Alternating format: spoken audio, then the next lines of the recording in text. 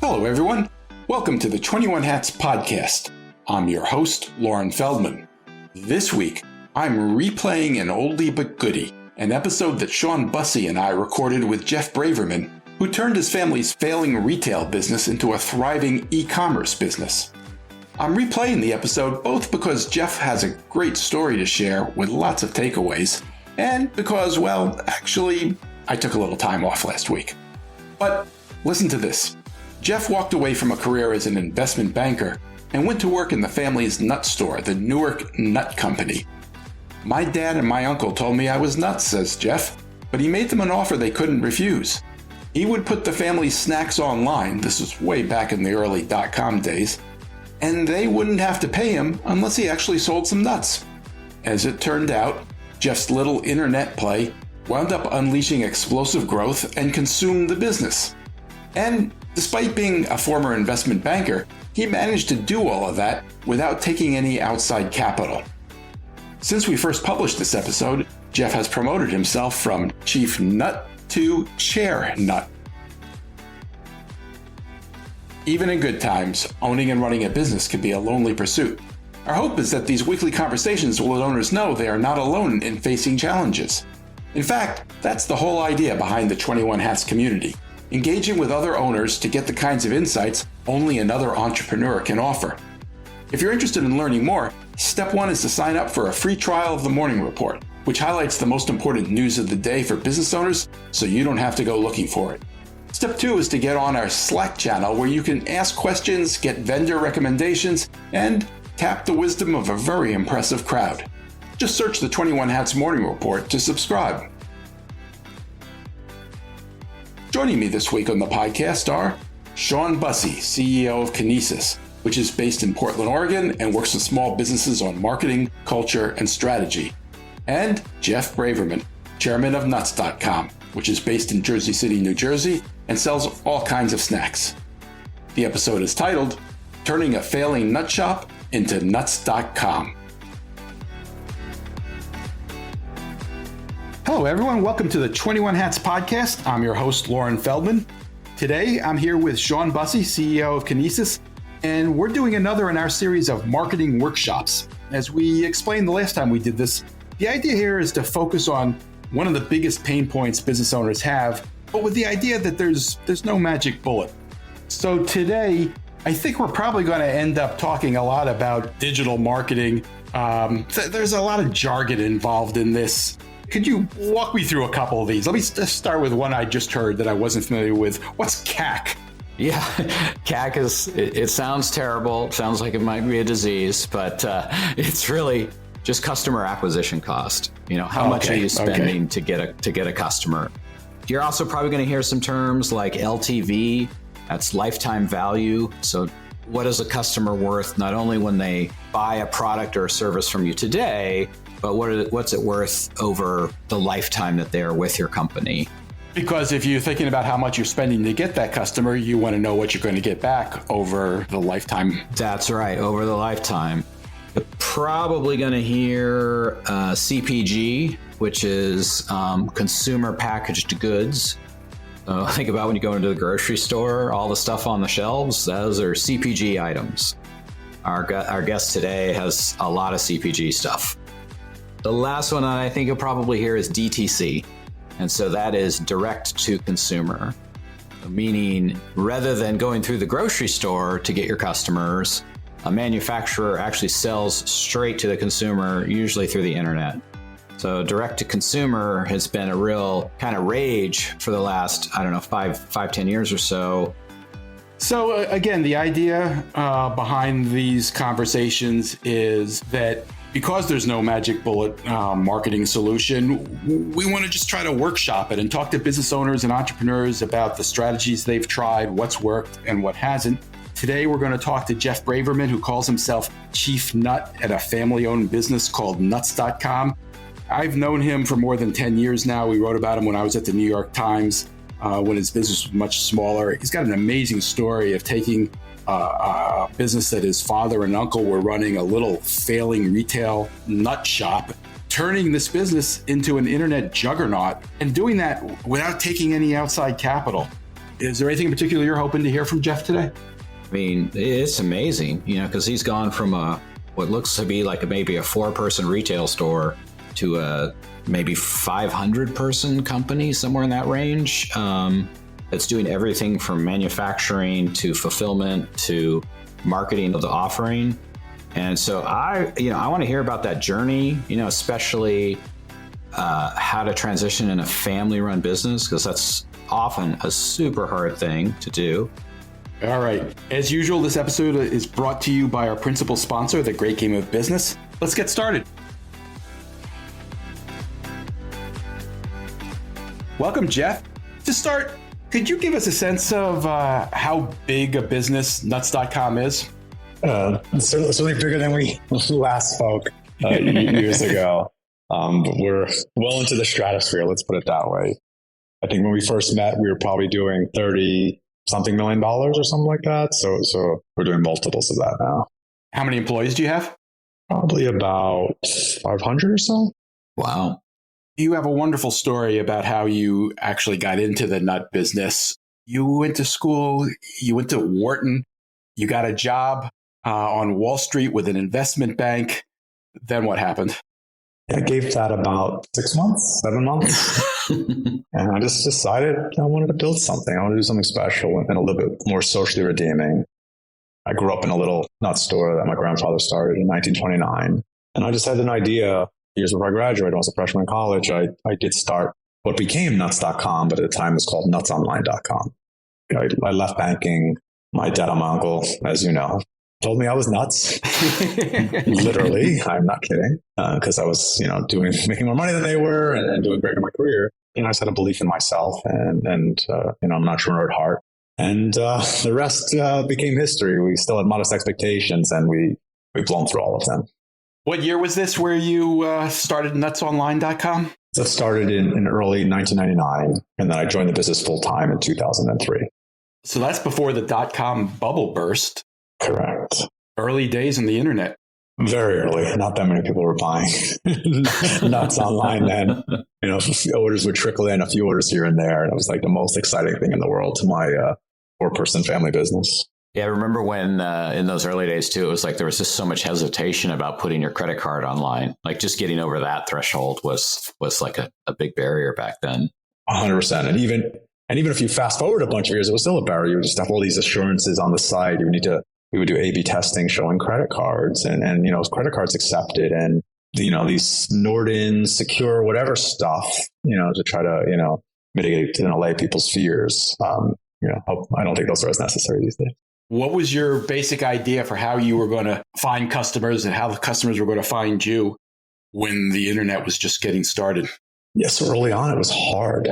There wasn't even a Google that you could pay. Maybe there's a Google, but you couldn't pay them. AdWords didn't exist.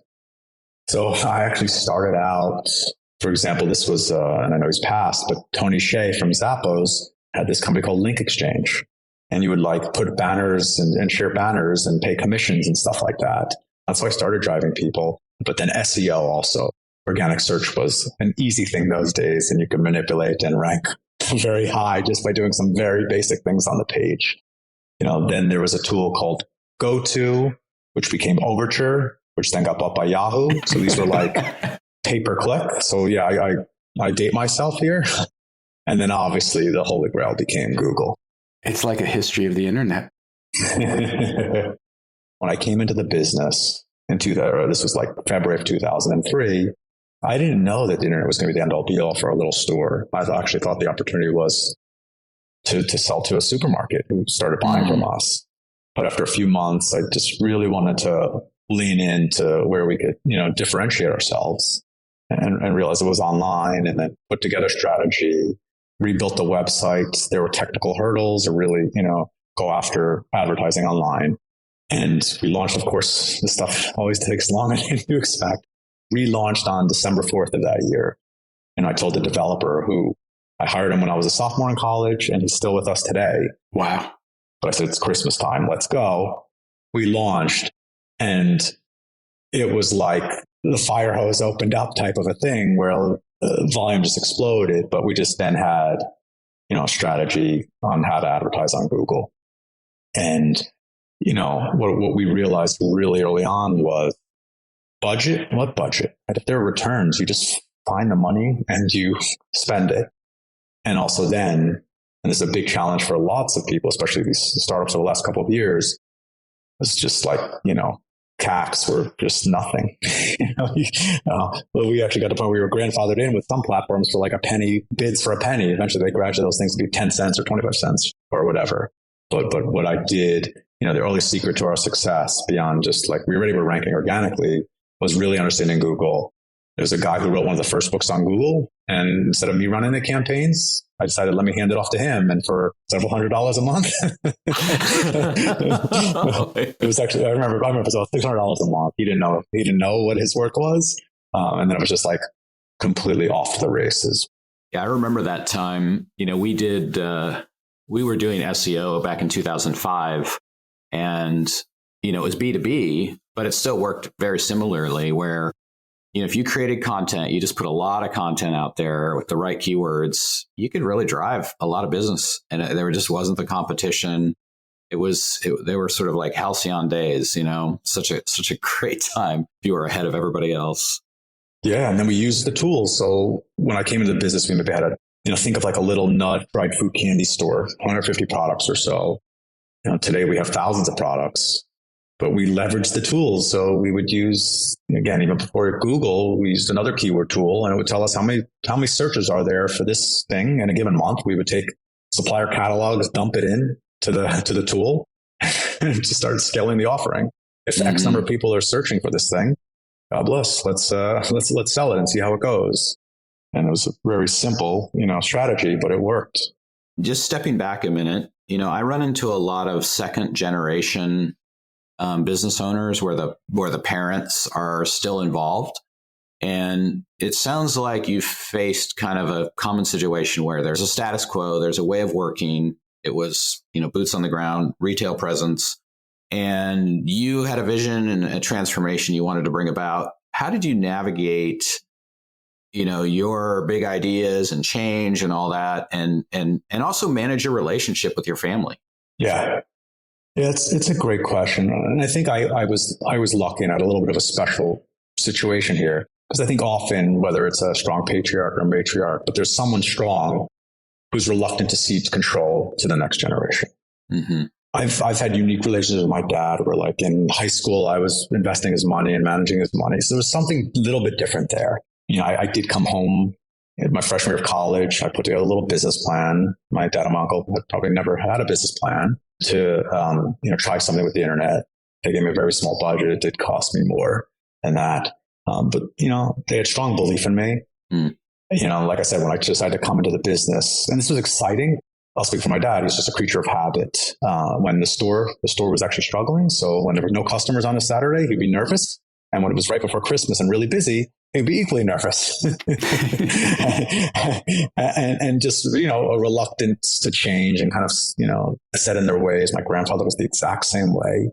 My dad told me that when he came into the business, he wanted to put in display cases in the store. This was like old school. You had to know what to ask for. You couldn't even see the product.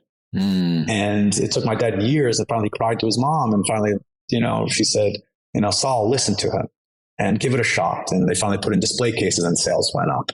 So I think, he probably forgot a little bit of that once I came into the business. But he was certainly more open-minded. And one thing that uniquely that they did was they gave me the keys in a much more generous way than would normally happen. Mm-hmm. And there were challenges. At some point I said, hey, we need QuickBooks.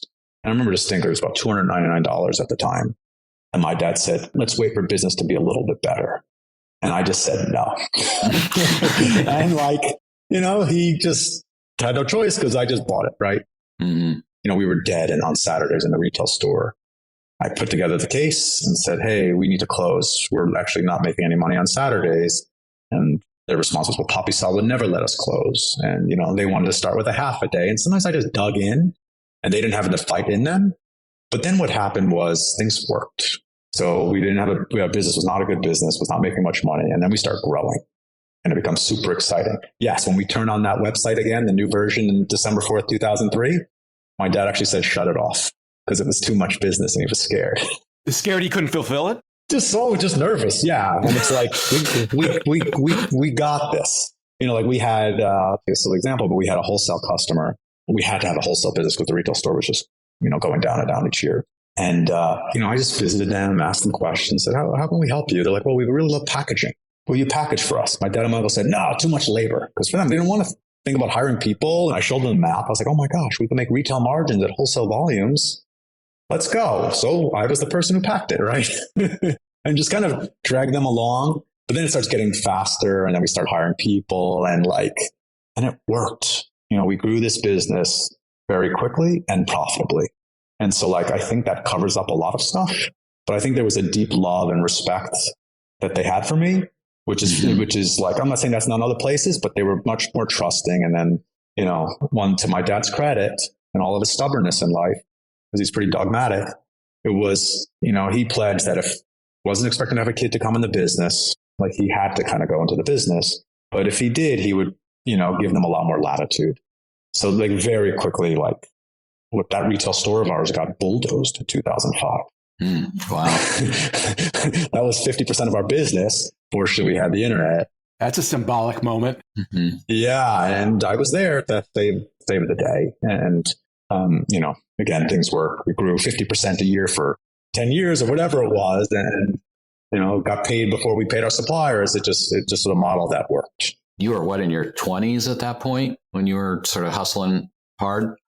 Yeah. So I came in when I was, 20, started full time when I was 23. Wow. And then within, we get bulldozed, we moved to a bigger facility. I was nervous it was too big.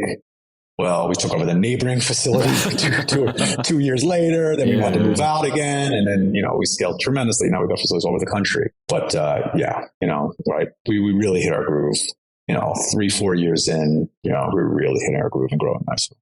At what point did you start thinking that you had regrets about the name nutsonline.com and decide to go after nuts.com? Yeah. So never regrets. I had no money, right? I couldn't even contemplate buying a domain that was already taken. And those were candidly, those were, less appropriate sites at the time that you would even want to be thinking about. So nutsonline.com was actually my 7th choice, but the previous 6 were all taken at the time. But then there was always in the back of my head, I had files from 2005 because then domains by proxy came out and you didn't know who owners were of websites, but I had files from an old computer, which told me who the owner was. So I have that going back from 2005 of nuts.com. So it's always in the back of my head. There were small instances like in 2008, we made these Tully circles with Jordan almonds for a Rachel Ray show. And I helped tie the damn bows. And at the very end, she says, well, I really want to thank, we were nutsonline.com. She says, I really want to thank nuts.com for contributing these things. Oh my God. And Lauren knows all these details. It's a very long story, but I tried to buy it in 2008 and turned out the majority of the type in traffic was from a different country with a different search intent. So we passed, and the seller wasn't really, super interested in selling for the price we offered. But then here comes 2011, we kind of had the foresight for where the world was headed.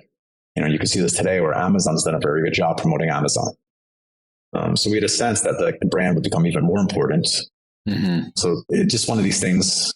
The active negotiation end of 2011. I thought it was going to fail. Fortunately, worked out, and kind of the rest is history there. You said that brand would become very important. That's one of those words that it means a lot of different things to a lot of different people. And I would love for you just to articulate what it means to you and how you think about brand. Yeah. And to be clear, we're in our infancy right now. To this day, we're doing deep brand research. And what is nuts.com? What can it be? Can it scale? Can it transcend just the word nuts? So I'm still not that smart, but we had a good business, right? We were doing tens of millions of dollars under nutsonline.com. Mm-hmm. So I couldn't complain, far greater than, my junior year of college. My goal was 10 orders a day, right? That's much bigger scale than that. And, I just saw basic stuff just from a retention standpoint, right? It's just easier. It's 4 letters. It's more memorable, nuts.com versus nutsonline.com. You can imagine from a competitive threat standpoint, it's just all around just a better name. Gives it much greater weight and authority if you think about it. So if someone's looking in the search results and they're trying to buy a nut product and it's nuts.com, it's more weighty than more trust than just nuts online. But again, like we were always trying to be personable. And when we rebranded, this wasn't, hey, Jeff, just use your college friend anymore to do the design work. This is like, hey, let's invest. We're spending a lot of money on this domain. Let's go out and find some of the best in the business on kind of the brand identity and the surrounding imagery and so on. Jeff, I believe it's been reported in part by places where I've been employed how much you spent. Do you mind telling us again how much you spent for nuts.com? Sure, because you could Google it.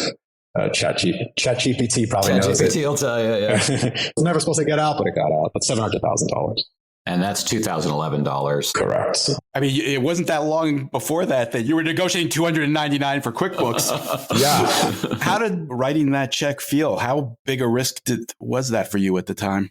Well, it wasn't like a bet the house or anything like that, to be clear. We were already doing really well. Mm-hmm. So it was still, right, like our profit could handle it. Let's put it that way. So it wasn't like this massive financial gamble that was going to make us insolvent.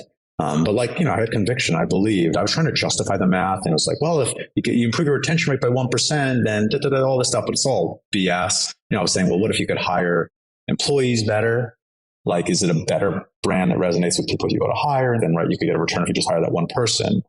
So I just had long-term conviction, and basically, right, there's no math to this. But I was like, you know what? If it pays off in 10 years, right? Like, I had confidence it would do that. Obviously, Lauren, as you know, our organic rankings tanked for the first couple of months, which made me panic because Google had to figure stuff out. And then they came roaring back. And I don't remember the exact math I did back then, but I figured it did pay back in about 6 months. So it ultimately worked out well.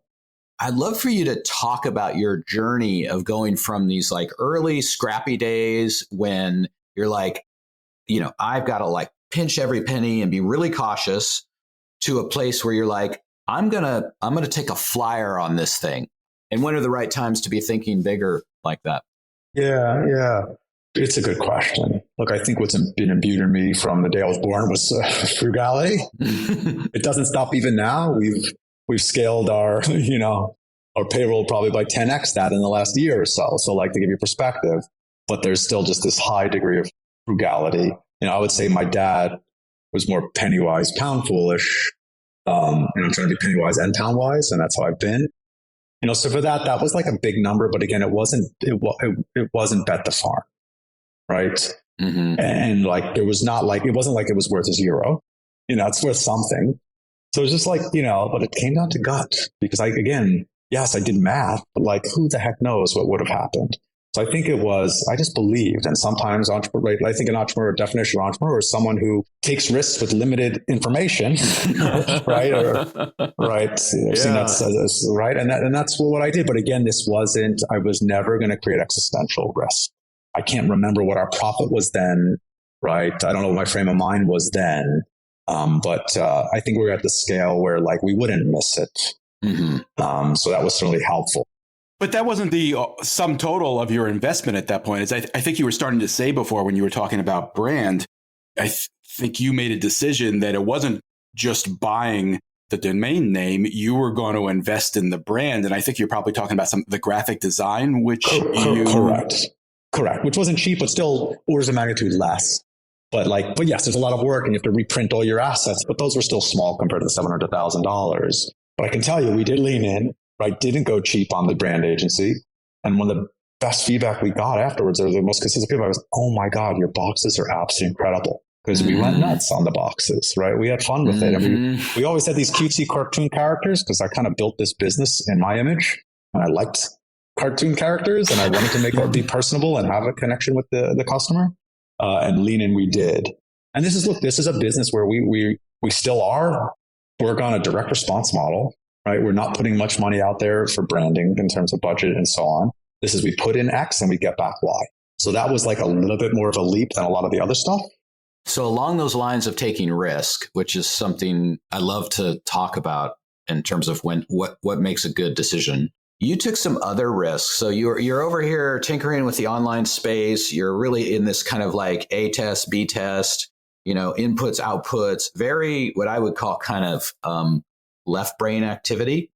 And then I was reading you did this thing like where you shipped a bunch of nuts to CBS, and you have this kind of history of like these like goofy kind of ballsy moves that have no direct correlation to return on investment, and yet they made a difference in your business. Can you talk a little bit whether it's the Jericho thing or other examples like that? I feel like it's not an isolated incident either.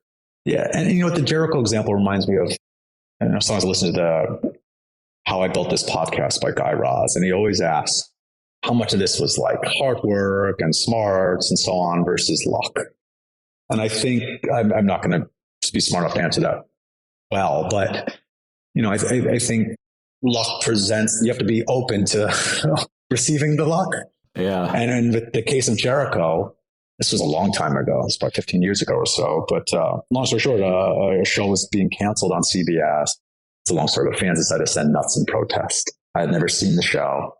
I thought I see some orders come in and we have a fraud system. I was like, it's getting tripped up as fraud. And start poking around and just latched onto this thing where, again, mind you, it took me several weeks before watching even the show because I finally did have to watch it. But like, I had never posted on a blog. We launched a blog. We put up, I remember when I was, when you see fundraisers, it's like a thermometer and you want the red go up. We were saying, hey, let's raise $4,000 and that's the campaign. And 40,000 pounds later, and, we donated, we raised $20,000 for shirts and whatever. We donated all those types of money. We just like wrapped our head around these things. Yes. For about 3 weeks, I didn't sleep, taking interviews at midnight and hopping in a truck and driving a truckload to CBS. Were those nuts paid for, or were you were donating those nuts? No. So what we did was people started buying a pound of something, and then shipping's expensive. So what we did was say, hey, we became a facilitator. We became like the focal point of a campaign. We're going to put in $25, put in $100. We're going to give it to you at the wholesale price, and we're going to ship this in bulk, 25-pound cases. Hell, we were freshly roasted. These were gorgeous peanuts. And then they realized they wanted to ship it to another executive in LA. So I was like, you guys, this ain't leaving me. So then I arranged for the company in LA to do the final delivery for us. So we were still the focal point of this campaign. And what's interesting is they brought the show back.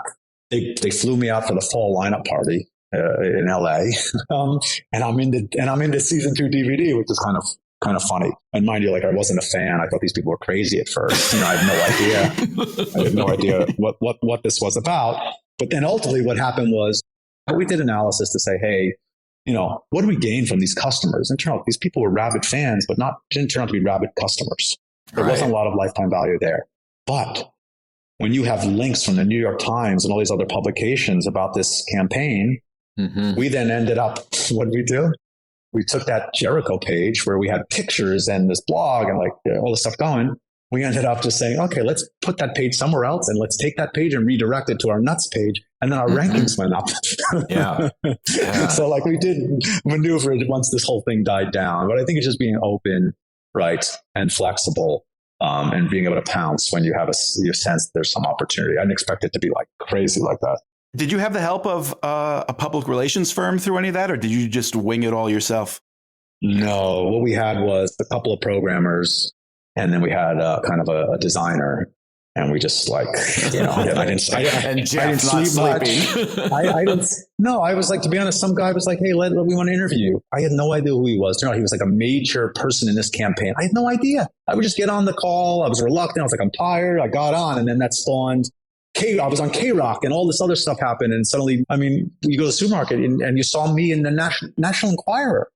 I was like, what? I was like, are you kidding? Are you kidding me? This is such a cool story from a lot of like marketing concepts. You saw something in the data, right? Which was, wow, why are these nuts getting delivered to CBS? What's up with that? And then you kind of scratched at that. And you learn more and you learn more. And then pretty soon you found that there's like a community out there that's really passionate about something. It's not nuts, but somehow you got tied into that. And then the ancillary benefits to that far outstripped the nuts that they ordered or the passion that they had in the moment. It's really about the long game there. What are some other examples that you can share of like, this is another kind of pillar of our marketing foundation that we developed over time? And I'll give you something that's much more recent. Yeah. So all these D2C businesses, now so many are struggling, but so many of these things, everyone thought they were God during the first year of the pandemic. When I had all these CPG startups call me bragging about how great their acquisition strategy is on Facebook.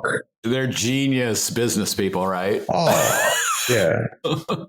And I would interview people too. It's like, what did you do? Right? What did COVID do versus what did you do? But we had a sense for what was happening with the pandemic before most people. We have a chocolate business and it had some product in Singapore, believe it or not, some packaged product. And they had said, oh, thank you so much. This is helping us tremendously in our quarantine. This was in February of 2020. Oh, wow. And I was like, what? I heard of Wuhan. What the heck? I never heard of a quarantine in Singapore. So we're already moving. I remember because I think it was a leap year. February 29th, we sent out an email to customers, which was early. And we said, hey, something's going on. It was just like, guys, stock up. We're going to waive shipping. It's free shipping, no minimum. Just stock up. Something's coming. Mm. And then, for the next 3 months, I lived in the plant. And this is where I'm in a YPO, Young Presidents Organization, and my peers were like, Jeff, you've got this substantial business, sometimes much bigger than ours, and you're the CEO. You need to stay home and protect yourself. And I was like, that's not the business I built, and I'm not going to let my people assume risk I'm not willing to assume. So I literally was in the plant for the first 3 months, just picking and packing orders because it was hard being in New Jersey. These were tough times. Yeah. March and April, right? That was like the epicenter in the United States. So, we struggled. We had 70% worker call out at our worst moment in time. We hired maybe 1,000 temps over a matter of months and so on. But then, we put on a night shift. It collapsed because workers were too scared to be by the temps and so on and so forth. We scaled again. And then kind of the third week of April, and I read an article in the journal, Wall Street Journal, I think, that was saying something like the big boys, entertainment and hospitality and my car manufacturers were all pulling off the TV. I'm picking orders in the warehouse, doing manual labor. And I called a guy I know, was very smart and connected. I said, we need to get on TV. Because while I was working, all my friends were home. Everyone was home just watching TV. I'm sure you remember. The challenge is all those people watching TV were also baking breads. And that means they were we sell flowers. We were selling truckloads of flowers. Right? Oh, wow. Even though we're not dotcom, but one of our best sellers is a dried mango. People are buying all this stuff and quinoa, grains, all that type of stuff. I said, we need to launch TV now. And the first week of May 2020, we launched TV. So when I look at the growth of the business as a result of the pandemic, 50% was free. And I don't say that lightly because my team, we worked very hard just to keep up with the volume and keep people healthy and keep this thing running. Because we were probably 5 minutes from having to shut down the factory. It was that hard to keep people there. But so I would say 50% was, hey, market forces. But the other 50% was we leaned in when everyone was, terrified. When Amazon was shipping, I don't know if you remember, but it would take 2 to 4 weeks to get some stuff from Amazon early on in the pandemic. Right? We were still, shipping 50% of our orders the same day. Right? We kept this. Yes, we had to restrict demand and do all this craziness because we didn't have enough human beings. We manufacture this stuff. We're not just buying something and then shipping it. We're packaging every 100% in-house. We're roasting. We're doing the chocolates and so on. Oh, wow. It's not a business you want to have. This is high labor intensive, huge number of SKUs. You have to keep people apart, right? So they didn't get sick. And a lot of stuff is hand packed because we have so many SKUs and they're small runs. Not everything's packed on a machine. Yeah, not a great place to be. But we rose to the occasion and literally launched TV, which became a huge percentage of our budget. And we got the learnings in. So it's this opportunity presents itself and you just got to be open to it and seize it. Look, a week before I was having a nervous breakdown, literally a nervous breakdown because I was getting very tired, physically working so many hours in the plant and then trying to save the whole business at night. But then we had some hope and then we stepped up and, that was a really opportune time because for us, it's about the buy on TV. And there was no better time and probably, I don't know, right? Yeah. I don't know. I didn't do this before, but the last 30 years to get in and get your learnings in before CPMs normalized. Did you get help with the TV? Did you, at that point, you were a bigger company. You probably had an agency that you were working with on a regular basis, or maybe you had an internal marketing team. Or tell us a little bit about how you moved into a space you were totally unfamiliar with and managed to make it work. Yeah. So I knew a guy, a smart marketer, out externally. And I just, again, literally, I called him from the warehouse floor and I said, I need to launch, and I need to launch now. He's like, I have one company identified, an agency. They'll do it all. They'll do creative, they'll do testing, they'll do strategy, analytics, and so on, and the buy. Well, we could go out to RFP, but that's going to take time. I said, no, we don't have time. This company had they said they'll launch in 10 days type of a thing. Wow. And then they came back and said 2 weeks. I said, no, you promised 10 days. And we then went to war internally where before we had a kickoff, we prepared every possible asset, anything they could think of so that we could hit the ground running. I think we spoke with them on a Thursday. They wrote a script on Friday. And this is where I didn't know what I was doing. We didn't know exactly what we were doing. So I told my team, let's be quiet. These are the experts. Yes, we think we have opinions and stuff, but shut up. We're going to launch. Sunday, I remember I had some sitting outside with friends because, couldn't be inside with people. I remember pulling away because they already were showing me this cartoon thing. They spun up super fast and we were just commenting on minor things and then launched a few days later. So it was really, really incredible. But no, leveraged an agency. This is something that is very hard to ever be able to do in-house, even at massive scale. So was your instinct to go to TV so much as you felt like there was just fresh customers to be had here? Was it that, the Google search thing, you were starting to kind of run out of runway in terms of your cost per lead and cost per acquisition? Tell us more about your thinking there.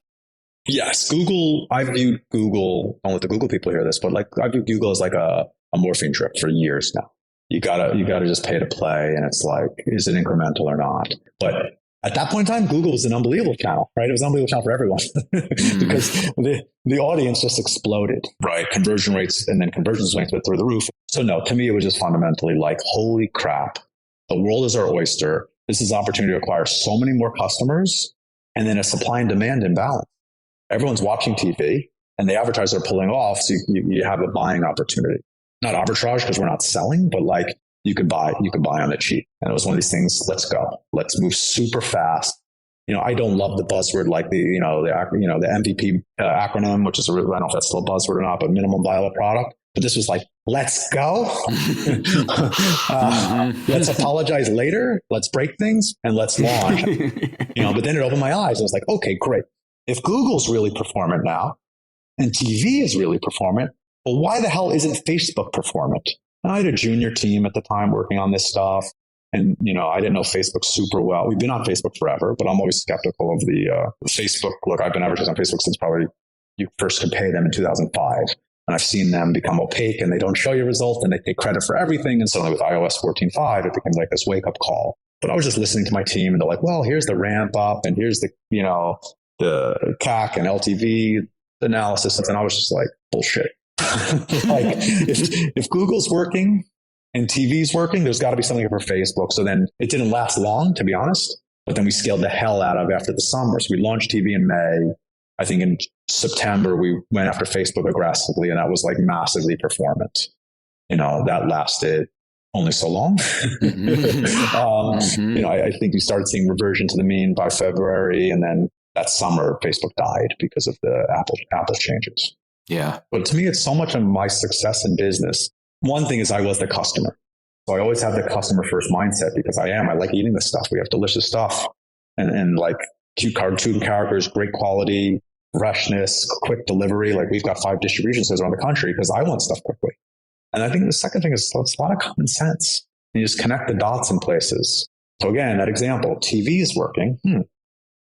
Google's working. Right? Everyone's on Facebook too because they got nothing to do.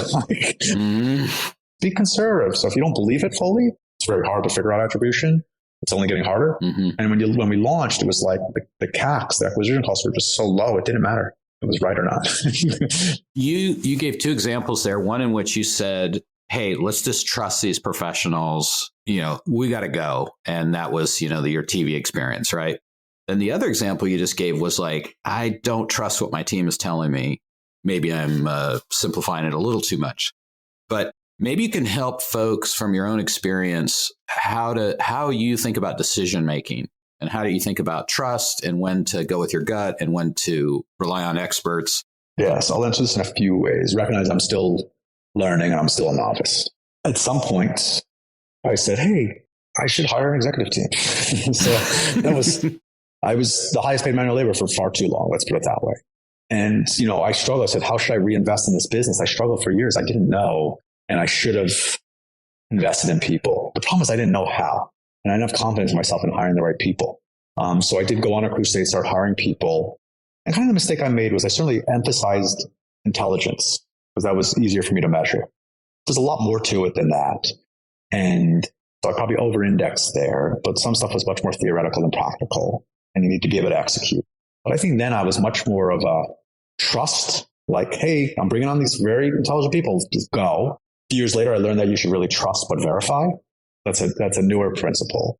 And for me now, it's like really try to spend a lot of time hiring great people. You bring someone in that's not good, fix it and fix it quickly, but then empower them, but still verify, right? And until people are ready, because sometimes it's too much pressure. And like for me, I've got 20 plus years of deep institutional knowledge where for years I knew everything, and right, that doesn't scale. The other thing I did hire an advisor because I would get informed advice from people, but that's not enough.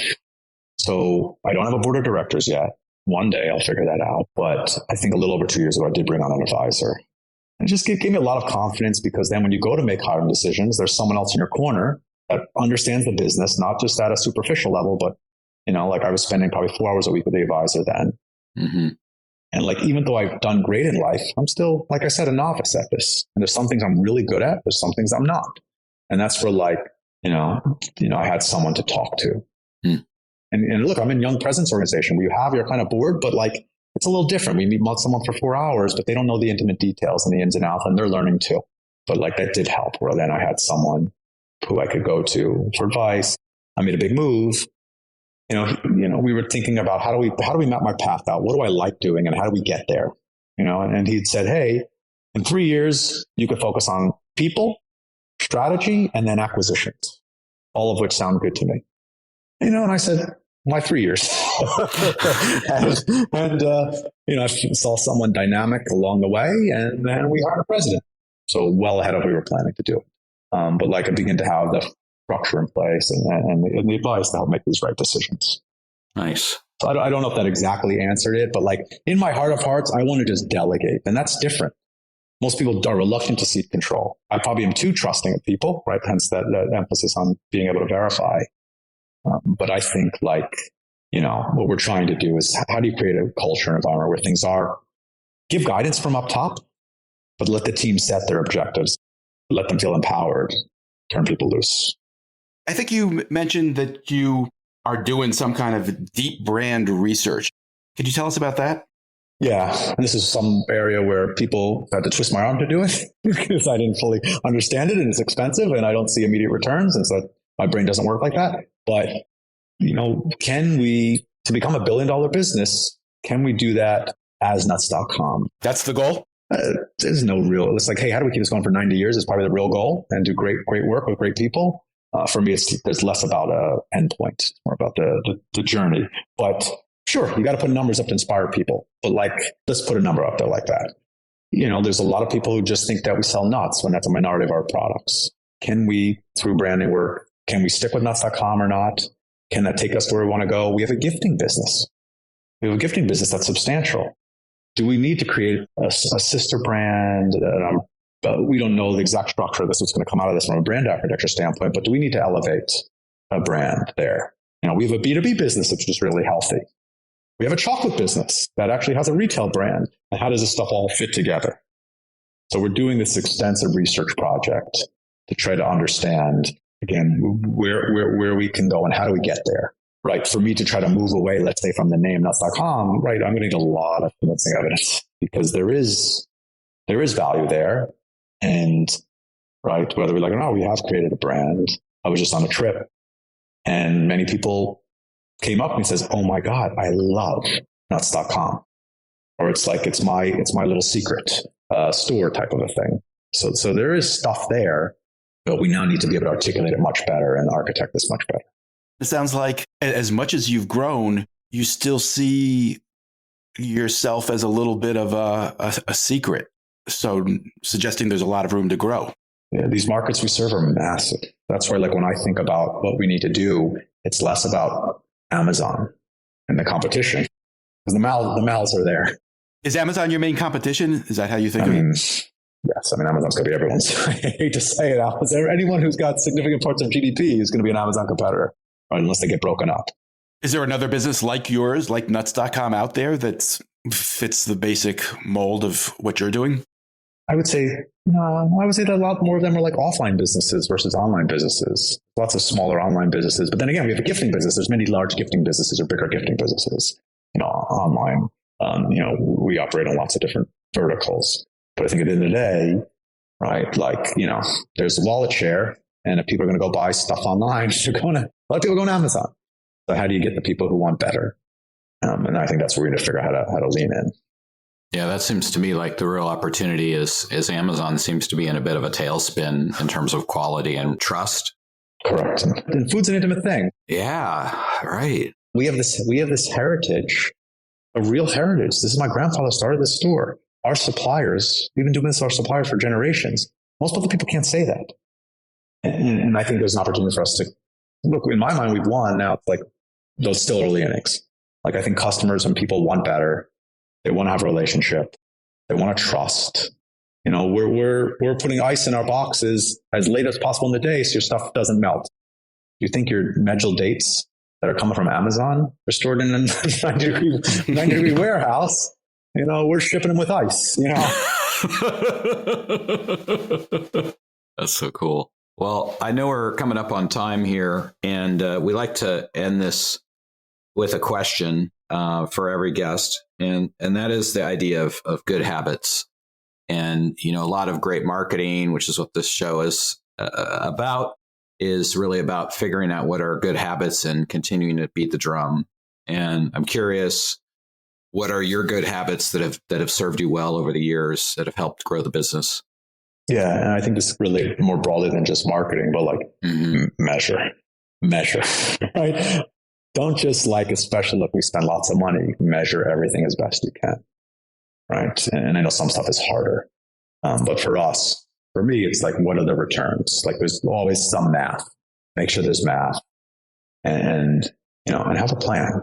I think something that I've learned in the last couple of years, and this may not exactly answer your question, but there's a saying, man plans and God laughs. So for years, I just ran with it, right? I didn't really plan. And something like COVID comes, you're like, damn, I wish I had a plan. And now we're a much bigger scale business where we have to put together a 5-year plan. Like, how can we justify scaling wages so much? Like, where are we going? So it's like, no matter how smart you are, you're only so smart, have a plan and then, measure against it. All right. This was great, Jeff. Thanks for sharing. All right, Shawn. Well, that was interesting. Now that he's gone, any thoughts on how he built nuts.com? Oof, wow. I mean, that's a fire hose. Yes. I'm a reasonably good marketer here, but I think that Jeff is next level. Yeah, it seems really clear, doesn't it, that he really is his own chief marketing officer.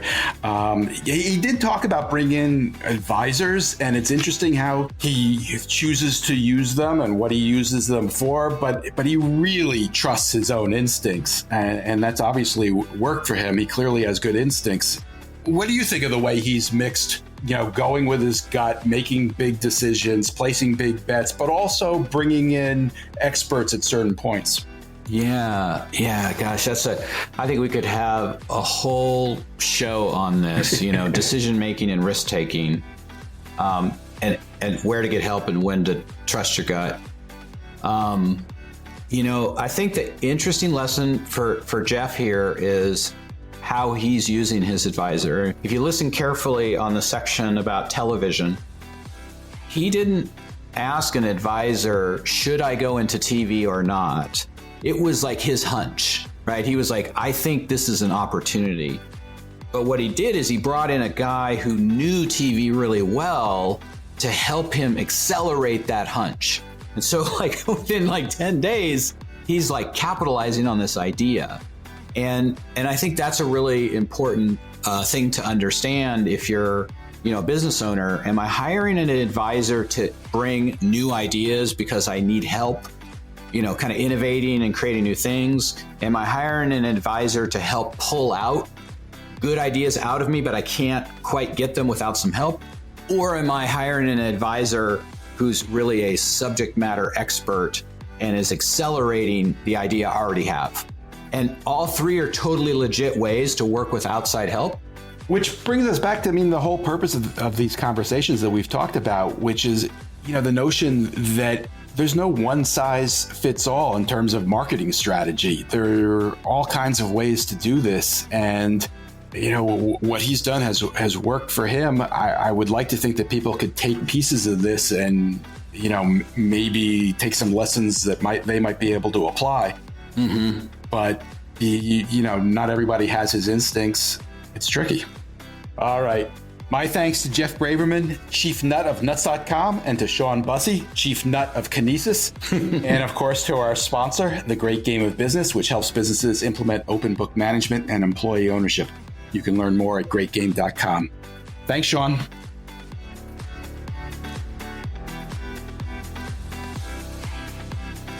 One thing before you go.